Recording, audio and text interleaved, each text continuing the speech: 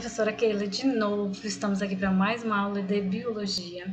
Ainda estamos falando sobre o reino Animalia, né, nosso tema, e nosso conteúdo é o filo Chordata, Chordata não, filo Echinodermata, os equinodermos. O Chordata é o próximo que a gente vai estudar depois desse, tá? Por isso que eu falei assim precipitado. Nossos objetivos é identificar as características e a diversidade dos equinodermos e compreender, né, um pouco da importância dos equinodermos, principalmente para o homem. Alguns representantes dos equinodermos, né, um dos mais conhecidos é a estrela do mar. Então vamos lá? Os equinodermos. Os equinodermos, ou filo Echinodermata, são animais invertebrados e exclusivamente marinhos. Eles só são encontrados em água salgada, no mar, oceanos. O corpo é organizado geralmente em 5 partes simétricas, que se distribui na forma de raios de uma circunferência. Então tem uma parte centralizada, né, aqui, que é a circunferência, e tem as 5 partes iguais, né, semelhantes, que fica em volta desse círculo, né, formando então essas partes simétricas, certo? As características gerais dos equinodermos, olha só. Os equinodermos são triblásticos, isso quer dizer que tem 3 folhetos embrionários, são celomados, isso quer dizer que possui celoma, e deuterostômicos, é uma característica dos animais. Eles, durante a fase larval, apresentam simetria bilateral, pode ser dividido em 2 partes semelhantes, e na fase adulta, simetria radial. Então, fiquem atentos a essa informação, porque às vezes no exercício você pode se perder. Na fase adulta, eles têm simetria radial, que é na forma dos raios, meio arredondado. E na fase de larva, ele tem a simetria bilateral. Então, fiquem atentos à pergunta, tá? Os animais equinodermos apresentam uma grande diversidade de formas e tamanhos e modos de vida. São animais de vida livre e isolados. Poucas espécies vivem fixas ao substrato, a maioria deles são livres, mas eles ficam grudados ali, alguns passam uma parte do tempo fixo e depois se deslocam, tá? Um exemplo do equinodermo céssio é o lírio do mar. Céssio quer dizer fixo. Então, aqui está o lírio do mar, ele fica o tempo todo fixo. As estrelas do mar, por exemplo, elas ficam fixas e depois elas se deslocam. Então, elas não são césseis, elas são de vida livre. Mas o lírio é um exemplo de animal céssio. Quase todos os sistemas de um equinodermo, como digestivo, nervoso e reprodutor, fica dentro do esqueleto calcário. Eles têm um esqueleto de calcário, né, que vai conferir a resistência dentro do esqueleto, tá? Esse é recoberto por uma fina camada epidérmica, então o esqueleto ainda tem uma camada epidérmica, que é a parte que a gente visualiza. E algumas espécies podem apresentar espinhos na superfície do corpo, que é uma característica bem marcante dos equinodermos, tá? Aqui o lírio do mar, que é um exemplo de equinodermo céssio. Mas, agora, o sistema circulatório. O sistema circulatório dos equinodermos é chamado de hidrovascular. Ele é formado pelos canais ambulacrais e pés ambulacrais e ossículos. A abertura externa do sistema se dá pela parte dorsal do animal, pelo madrepirito. Então, a abertura é na parte de trás das costas, tá? A parte dorsal. A água chega ao canal radial e é levada para cada um dos braços e para as vesículas, que guardam o líquido e regulam a pressão interna do sistema. Então, o sistema circulatório deles é formado por água, é um sistema hidrovascular. Tá? Os canais laterais conectam-se aos canais radiais e com os pés ambulacrais. Olha só, vamos observar. Aqui vai estar a abertura, né, a placa, por onde a água vai entrar. Tem o canal circular, que é onde vai receber a entrada de água. Aí tem o canal radial, ó, tem 5. São esses aqui, que são na forma de raios, que partem do círculo. E aí depois ainda tem esses outros canais aqui, menores, que são os canais, vamos ver o nome aqui, os canais laterais, isso, que vão partir aqui. E os pés ambulacrais, que são essas estruturas, né, os braços da estrela do mar, e isso é movimentado pela água, pela pressão da água que vai regular essa movimentação. A locomoção. O líquido da cavidade celomática é pressionado pelos músculos dos pés ambulacrais, o que faz com que eles se enrijeçam e consigam se movimentar. Quando em substratos rígidos, como rochas, as ventosas ajudam a fixar. Então, a água entra dentro desses pés, né, que são essas estruturas, aí cheio de água, essa estrutura fica rígida e eles conseguem se movimentar. Quando eles estão fixos, ainda tem aqui nas pontas ventosas, que são estruturas tipo colas, que ajudam eles a grudar na superfície. Quando eles querem se deslocar, eles liberam então o fluxo de água, aí os pés ficam molinhos, né, porque não tem água, e aí eles se deslocam. Então é assim que ocorre a locomoção deles. O sistema respiratório e excretor. Né? O sistema respiratório excretor dos equinodermos também é feito pela estrutura formada pelo sistema ambulacral, que é ali o sistema da água ali circular, tá? Esse aqui é o sistema principal deles. E a troca gasosa e a excreção de amônia acontece por difusão nas paredes das pápulas e dos pés ambulacrais. Então, aqui nas paredes tem essas estruturazinhas que vão permitir a excreção, né, a eliminação e as trocas gasosas. Então, ocorre aqui de forma difusa, por difusão, espalhada por todo o corpo. Nessas estruturas vai ocorrer a eliminação das excretas e também as trocas gasosas. Isso tudo controlado pelo sistema ambulacral, que é esse sistema formado pela água ali junto com os canais, tá? O sistema digestivo. A boca é seguida pelo esôfago e o estômago, que se localiza no disco central do animal, que é nessa parte do meio. E aí segue. A parte mais baixa do estômago, o estômago cardíaco, pode ser invertida para o meio para ajudar na captura do alimento, e a parte mais alta do estômago é conectada com secos pilóricos, que são glândulas digestivas. A digestão é basicamente extracelular, então não ocorre dentro da célula, mas ela também pode acontecer intracelular nos secos pilóricos. Isso é algumas exceções, tá? Dos secos surgem o intestino e então o ânus com abertura dorsal. Olha só. Aqui está o ânus, né, que já é a abertura. Ele tem, aqui é o círculo, né, onde é o centro do animal, e ele vai ter, aqui nessas estruturas nos braços, aqui estão as glândulas digestivas, que vão liberar, né, enzimas digestivas para que ocorra, glândulas digestivas, para que ocorra a digestão. Aqui tem o estômago pilórico e o estômago cardíaco. O estômago pilórico é esse azul claro aqui, dessa estrutura. E o cardíaco, essa cinza que está mais atrás. Então, eles apresentam dois estômagos. E aí, depois da digestão, eles vão eliminar os resíduos aqui pelo ânus. A boca está do outro lado. O sistema nervoso. O sistema nervoso é composto pelo anel nervoso, que é formado pela boca, e por um nervo radial que tem em cada braço. Então, tem um conjunto de nervos que se conectam esses sistemas em todas as demais estruturas do corpo. Os órgãos sensoriais se limitam a órgãos táteis espalhados pelo corpo, e os ósseos em cada braço. Esses ósseos como se fossem estruturas ósseas, assim, tipo olhos, semelhante a olhos para percepção.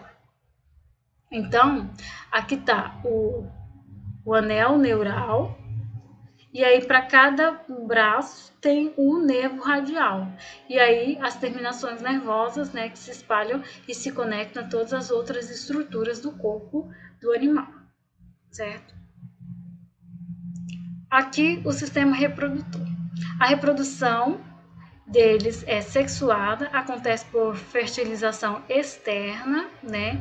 O macho e a fêmea liberam os gametas no ambiente e algumas espécies fazem a reprodução assexuada. O destaque, né, é um dos braços, né? E o desenvolvimento dos equinodermos é, na sua maioria, indireto, que o indivíduo não nasce já igual ao adulto, não, passa por um estado de larva.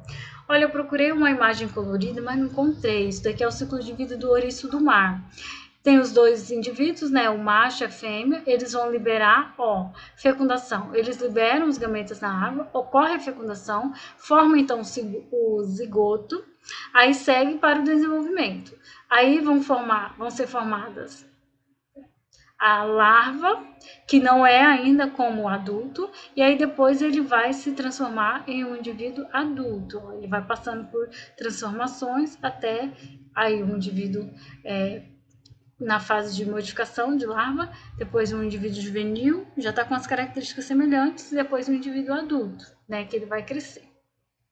Alguns apresentam reprodução assexuada, né, pelo destaque do braço. Olha só, aqui a gente tem as estrelas do mar, né, que podem se reproduzir dessa forma. O destaque dos braços. Não é você cortar uma pontinha aqui do braço, esse braço aqui vai dar origem a uma estrela do mar, não. Observe que o corte aqui, o rompimento, tá pegando uma parte, né, do centro aqui. Porque, como a gente viu, os sistemas nervoso, digestório, eles todos estão centralizados. Então, essa estrutura precisa pegar uma parte dessas células do sistema nervoso, do sistema digestório, para que ela consiga regenerar e formar todas as outras células. Agora, se a gente cortar, né, se a estrela do mar perder uma ponta aqui do braço, esse pedaço que ela perdeu não vai se regenerar e formar uma nova estrela do mar, porque ele perdeu muitas estruturas. Aqui ele não tem muitas estruturas nervosas e digestórias que estão centralizadas. Mas essa estrela do mar aqui, ela vai conseguir regenerar essa parte que ela perdeu. Então, ela vai fazer com que esse braço dela se desenvolva novamente e cresça. Só que aquele pedacinho de braço lá não vai formar uma nova estrela. Que só se essa fragmentação pegar, né, uma parte maior ali que envolva as estruturas do corpo deles. Seguimos. Vamos à classificação dos equinodermos. Estima-se que existam 7.000 espécies de equinodermos divididas em 5 classes. Primeira classe, asteroides. O representante típico do grupo é a estrela do mar e possui 5 braços dispostos como raios. Algumas podem ter mais braços. Tá? Existem algumas espécies de estrelas do mar que podem apresentar mais do que 5 braços. Tá? Na parte em contato com o substrato, os braços são formados por uma fileira de pés ambulacrários, como nós vimos lá atrás, que permite a movimentação e a fixação. É como se fosse aquelas pontinhas lá que ajudam a fixar, né, as ventosazinhas lá. Na extremidade de cada braço se encontram os olhos rudimentares, que permitem localizar suas presas, como as presas geralmente são anelídeos, crustáceos e ostras, tá? Aí, esses olhos rudimentares, os ósseos, que a gente viu lá atrás, no sistema sensorial. E as estrelas do mar podem realizar autonomia, ou seja, a recuperação do braço perdido, como nós vimos lá atrás, e além de regeneração do braço cortado, ela pode formar uma nova estrela do mar, mas levando em consideração que esse braço tem que ter algumas estruturas que permitam ele se desenvolver, certo? Próximo grupo, a próxima classe é a classe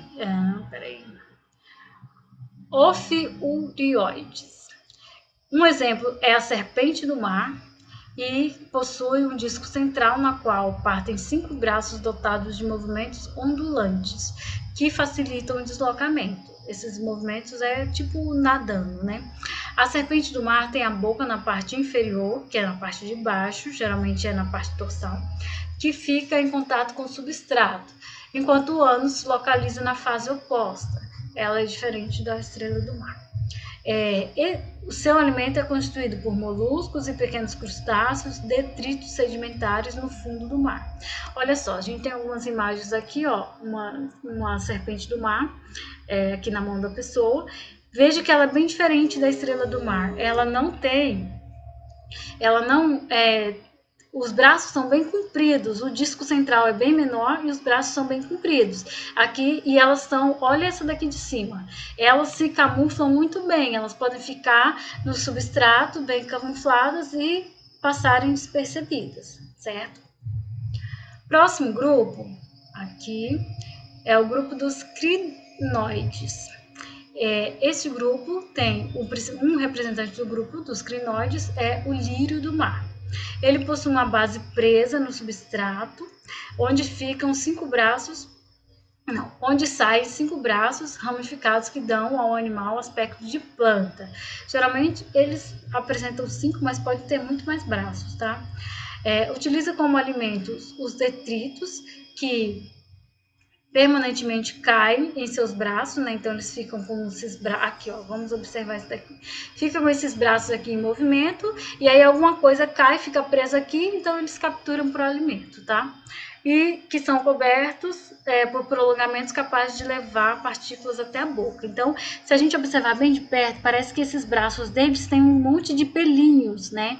Que são esses prolongamentos que vão justamente segurar essas partículas para que elas não se percam, né? Se são partículas pequenas, e levar até a boca. Então, aqui, ó, várias espécies de lírio do mar. Elas parecem plantas, são às vezes confundidas até também com as águas vivas. Não, com as águas vivas não. Com as anêmonas, que é quinidário, que é o segundo filo que nós estudamos. Então, fique atento, nem é planta, nem é quinidário. Outro grupo é o holoturioide. Holoturoide. Esse é o grupo do pepino do mar. Ele tem um corpo cilíndrico dotado de minúsculas placas não unidas que lhe dão a consistência menos rígida. Eles são meio moleguinhos, tá? E a maioria tem entre 5 e 30 centímetros, alguns exemplares podem chegar até 2 metros de comprimento. Quando atacado, olha só, gente, quando atacado, ele pode eliminar parte de suas vísceras, como intestinos e as gônadas, e o predador fica distraído ali com as vísceras e aí ele pega e foge, ó. Isso permite a fuga dele e aí depois de um tempo ele consegue regenerar essas partes perdidas, que isso é uma situação de emergência, né? Entre morrer e perder o intestino, ele deixa o intestino para trás e vai embora. Bem curioso esse comportamento dele. E aqui a gente tem alguns exemplos do pepino do mar. Esse aqui primeiro, tem essas consistências, essas plaquinhas miúdas bem visíveis. Já esse aqui de baixo, essas plaquinhas não são tão visíveis assim. E mais uma vez, ó, esse aqui do meio, eles ficam camuflados, eles ficam no substrato. Eles não são fixos, tá? Eles nadam, eles se deslocam, mas eles ficam lá escondidinhos no fundo. Outro grupo, outra classe, é a classe do equinoides, os equinoides. Um representante desse grupo é o ouriço do mar e o pindá. Ele apresenta o corpo recoberto por espinhos venenosos, móveis, que são usados para seu deslocamento, tá? Junto à boca, ele possui uma armação de 5 dentes, chamada lanterna de Aristóteles. Com isso, ele raspa as rochas em busca de algas, formando buracos onde esses animais se alojam. Então, eles usam a boca para fazer essa raspagem e absorver alimento, e formam buracos também e acabam se alojando dentro desses buracos. Os espinhos, né, a maioria das espécies possuem espinhos venenosos e móveis, né? Apesar dos espinhos podem ser atacados por diversos predadores como peixe, estrela do mar e caranguejos. Mesmo que os espinhos sejam venenosos, eles ainda têm predadores naturais. Eles podem servir de comida para outros seres vivos, como os peixes, as estrelas do mar e os caranguejos. Nesse grupo também, ó, outro representante desse grupo, dos equinoides, é a bolacha do mar, ou a bolacha da praia, né? Ou currúpio. Esse animal possui o corpo achatado, como um disco, apresentando uma região dorsal, o desenho de uma estrela. Olha só. Aqui tem uma estrutura parecendo uma estrela, né, no meio, com essas aberturas. Nesse daqui dá para ver melhor. Aqui embaixo tem essa estrutura parecendo uma estrela, na verdade parece mais uma flor, né, mas tem as 5 pernas, né, os 5 braços, então parece uma estrela. E aí, esse animal também, ele se enterra, né, enterra-se na superfície da areia, onde obtém um alimento construído por partículas orgânicas. Então, eles se alimentam de partículas orgânicas que ele encontra na areia. Então, eles ficam geralmente enterrados. É comum encontrar eles na areia. Aqui algumas curiosidades, olha. A estrela do mar apresenta uma excelente capacidade de regeneração. Se perder um dos braços, em poucos meses o membro é regenerado. Isso nós vimos lá atrás, mas é uma curiosidade das estrelas do mar. E outra curiosidade interessante também, não existem equinodermos de água doce. Nós vimos lá no início, nas características deles. Eles são todos marinhos. Não vamos encontrar, né, no nosso estado, Rondônia, não vamos encontrar o equinodermo. A não ser que seja em aquário, mas dificilmente isso vai ter sucesso. Então, também é muito difícil a gente dar de cara com o equinodermo por aí, visto que a gente precisa ir no mar para encontrar com eles. Então é isso, galera. Obrigado pela atenção. Espero que você tenha compreendido, né, meu querido aluno. Espero que você tenha entendido. Se você tiver dúvida, pergunte sua professora e até a próxima aula.